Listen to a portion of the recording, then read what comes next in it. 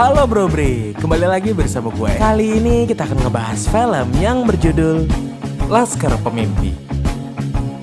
Berbeda dengan film-film perang yang pernah dibahas sebelumnya, Laskar Pemimpi menyajikan sebuah film perjuangan pahlawan-pahlawan Indonesia dengan dibumbui sketsa komedi. Dan ya Bro Bre, tanpa berbasa-basi panjang kali lebar kali tinggi sama dengan luas, kita langsung aja ke ceritanya Bro Bre. Let's go! Yeah!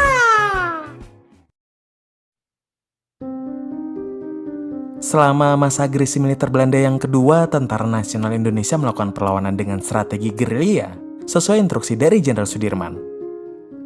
Sekelompok pasukan gerilya Indonesia yang dipimpin oleh Kapten Hadi Sugito kembali ke pos mereka di wilayah Panjen, Jawa Tengah untuk merekrut anggota baru. Di antara mereka ada Kopral Jono, seorang prajurit senior yang pernah diturunkan pangkatnya karena suka bertindak ceroboh. Dia juga punya kekasih yang bernama Yakuk yang mau diajak nikah, tapi ditolak sama Yakuk karena nggak mau melangkahi kakaknya. Kakaknya Yakuk yang bernama Wiwit saat itu sedang bekerja sebagai pembantu di kediaman keluarga Ningrat di Yogyakarta yang mendukung Belanda. Dan anak di keluarga Ningrat itu yang bernama Dimas ternyata diam-diam suka sama Wiwit, tapi dia malah dipaksa buat sekolah ke Belanda sama bokapnya. Nah, kalau kepingin pinter, ikut Belanda. Harus belajar di Leiden, Belanda. Sorry Bro Bre, salah nyebut nama, Yayuk namanya bukan Yakuk. Lalu saat Dimas mau pamitan sama Wiwit, dia malah diceramahin dan dibujuk buat gabung aja sama pasukannya Kapten Hadi. Daripada belajar sama penjajah negara sendiri, dan ujung-ujungnya pasti nyesel kalau Indonesia sudah merdeka sepenuhnya. Panjen, gabung sana sama laskarnya Kapten Hadi.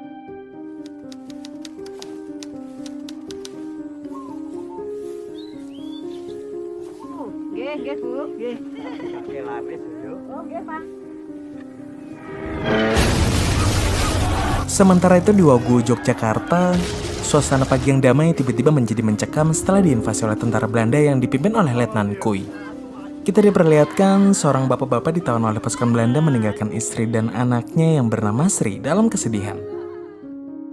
Penyerangan di Maguwo sampai ke telinganya Kapten Hadi, sehingga dia memerintahkan Letnan Bowo untuk mempercepat pendaftaran prajurit baru. Kemudian kita diperlihatkan seorang tentara perbantuan dari Manado bernama Towar mengganggu pembicaraan mereka karena lagi hormat ke pohon. Ternyata si Towar ini punya masalah sama penglihatannya dan sialnya kacamatanya ketinggalan di Manado.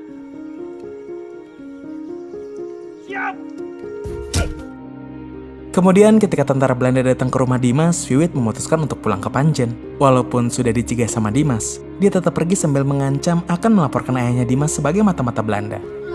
Sudah seperti yang aku duga. Tuan besar itu mata-mata londo. Melihat kepergian Wiwit dan penderitaan warga yang terpaksa harus mengungsi, membuat hati Dimas menjadi sedih dan bimbang. Akhirnya setelah memantapkan hatinya, Dimas memutuskan untuk menyusul Wiwit ke Panjen. Dan gak sengaja ketemu sama Sri di perjalanan. Di Panjen sendiri saat itu sedang sibuk dengan orasinya Letnan Bowo yang terus-terusan diinterupsi sama Ahok dan Tumino cuma gara-gara pakai embel-embel binatang.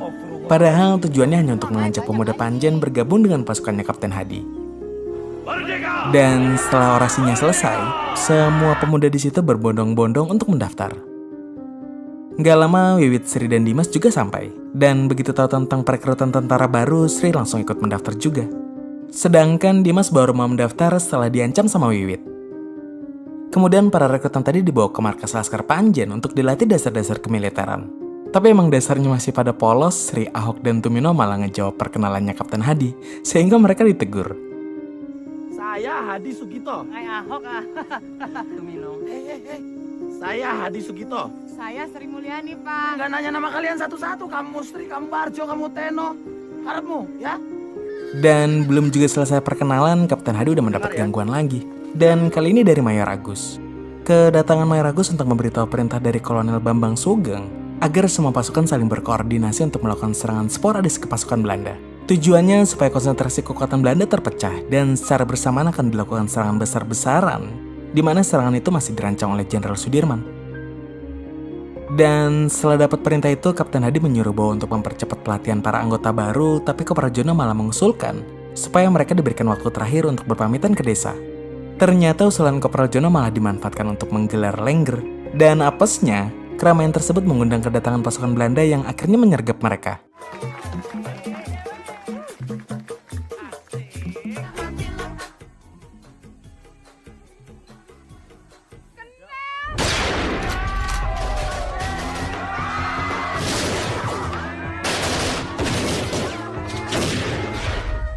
Di tengah pertempuran, Sri baru ingat pemimpin pasukan itu adalah orang yang telah menangkap ayahnya. Dan dia pun hendak membalas dendam, tapi sasarannya malah meleset.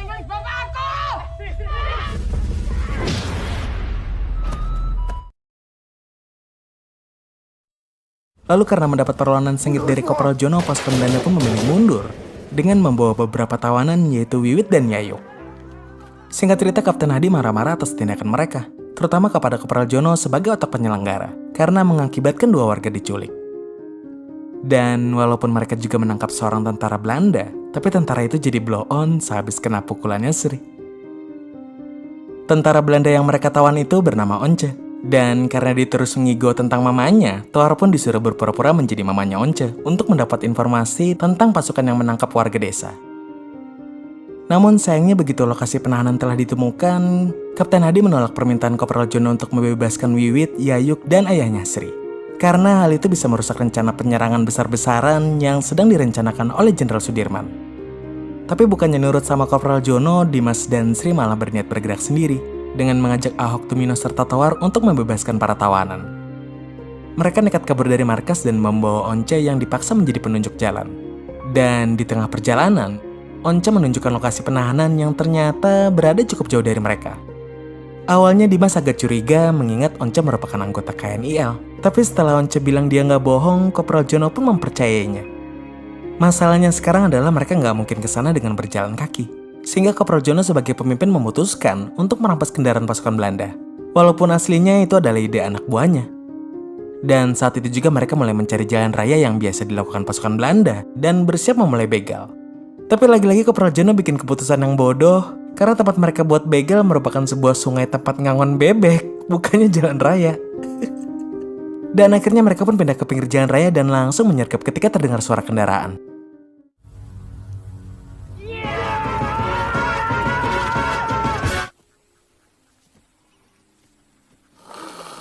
Tapi rupanya itu adalah suara Sri yang lagi ngorok. Jelas banget. Lalu sambil menunggu, Once bercerita kalau dia terpaksa menjadi anggota KNIL karena butuh uang untuk makan keluarganya. Dan dia juga membuatkan kacamata untuk Thor. Setelah itu mereka malah ketiduran dan akhirnya ditangkap oleh pasukan Belanda. Tapi beruntungnya, sekelompok gerilyawan dari Siliwangi yang dipimpin oleh Kapten Derajat menolong mereka. Dan setelah mendapatkan kendaraan, mereka mulai melanjutkan lagi perjalanan. Dan Once juga disuruh nyetir karena di antara mereka nggak ada yang bisa nyetir. Sampai akhirnya mobil mereka malah mogok di tengah jalan. Lalu kita diperlihatkan ketika Kolonel Bambang Sugeng sedang membahas rencana serangan umum besar-besaran ke Yogyakarta dan memerintahkan Letkol Soeharto untuk memimpinnya. Tiba-tiba Laskar Mbalelo mendatangi mereka buat mencari bensin. Dan akibatnya mereka dimarahi oleh Soeharto. Karena melihat rencana penyerangan Yogyakarta, Once seketika memberitahu bahwa pertahanan KNIL di sektor timur dan selatan merupakan yang paling lemah, sedangkan sektor barat yang paling kuat. Dan setelah Laskar Mbalelo pergi, Kolonel Sugeng menyuruh Soeharto untuk memeriksa kebenaran informasi itu. Setelah itu Laskar Mbalelo kembali berjalan buat mencari bensin, tapi tanpa disangka, mereka malah sudah sampai di markas pasukannya Letnan Kui, tempat teman-teman mereka ditahan. Dan untuk membebaskan tawanan, Once yang sudah berpihak ke Republik Indonesia mengajukan diri untuk melakukannya, karena dia yang paling hafal tempat itu. Namun sayangnya, aksi Once ketahuan sama Letnan Kui. Jelaskan, kenapa seragam kamu menjadi seperti itu?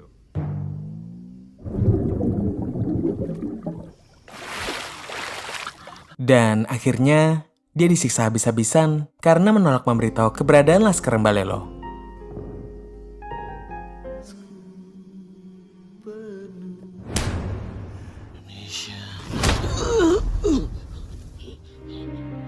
Besoknya, ketika Once mau dieksekusi mati, tiba-tiba muncul Tumino, Dimas, dan Sri yang menyamar sebagai satke mafia hukum bentukan Ratu Belanda untuk mengurusi masalah pelanggaran HAM di pasukannya Kui, sekaligus membebaskan Once.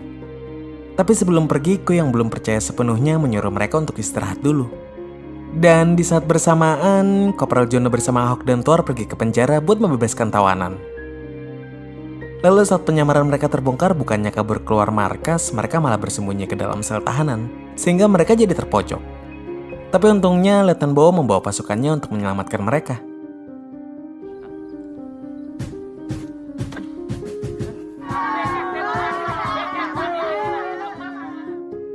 Kemudian setelah kembali ke markas Laskar Panjen, semua anggota Laskar Balelo dipecat oleh Kapten Hadi dan disuruh pulang ke desa mereka masing-masing, termasuk Kopral Jono. Sedangkan Once tetap dianggap pengkhianat dan harus dipenjara.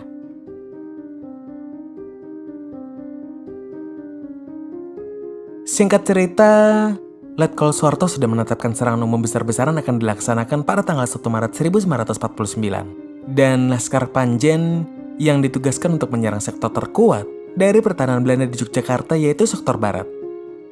Akhirnya pada subuh dini hari, Letkol Suharto memimpin serangan umum dari sektor barat dengan menyergap pasukan Belanda yang belum siap.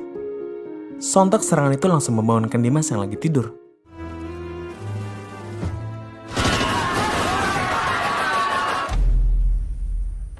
Dan saat keluar dari rumah, dia bertemu dengan Laskar Siliwangi yang sedang ditugaskan untuk menghalau bala bantuan tentara Belanda yang datang dari luar Yogyakarta.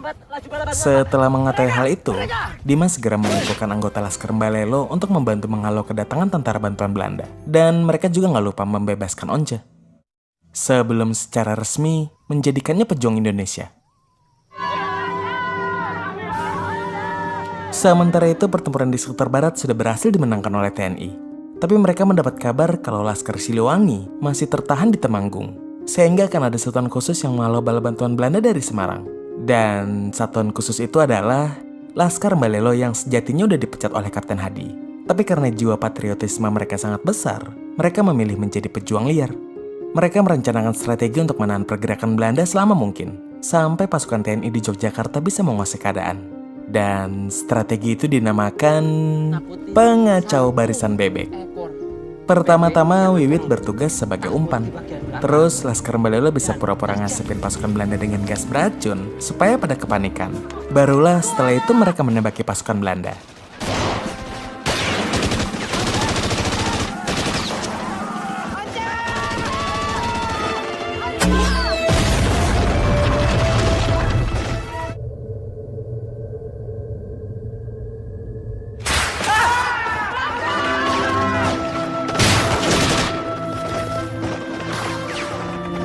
Tapi karena kalah jumlah dan kehabisan amunisi, Laskar yang tercatat dalam sejarah sebagai pahlawan ugal-ugalan itu akhirnya dikalahkan dan gugur.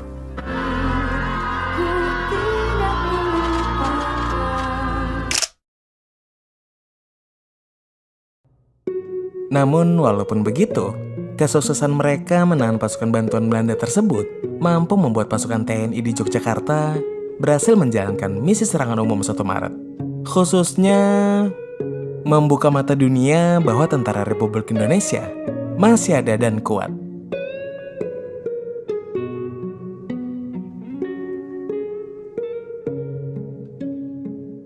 Tomat. Gimana menurut kalian tentang film ini, Bro Bre? Menegangkan dan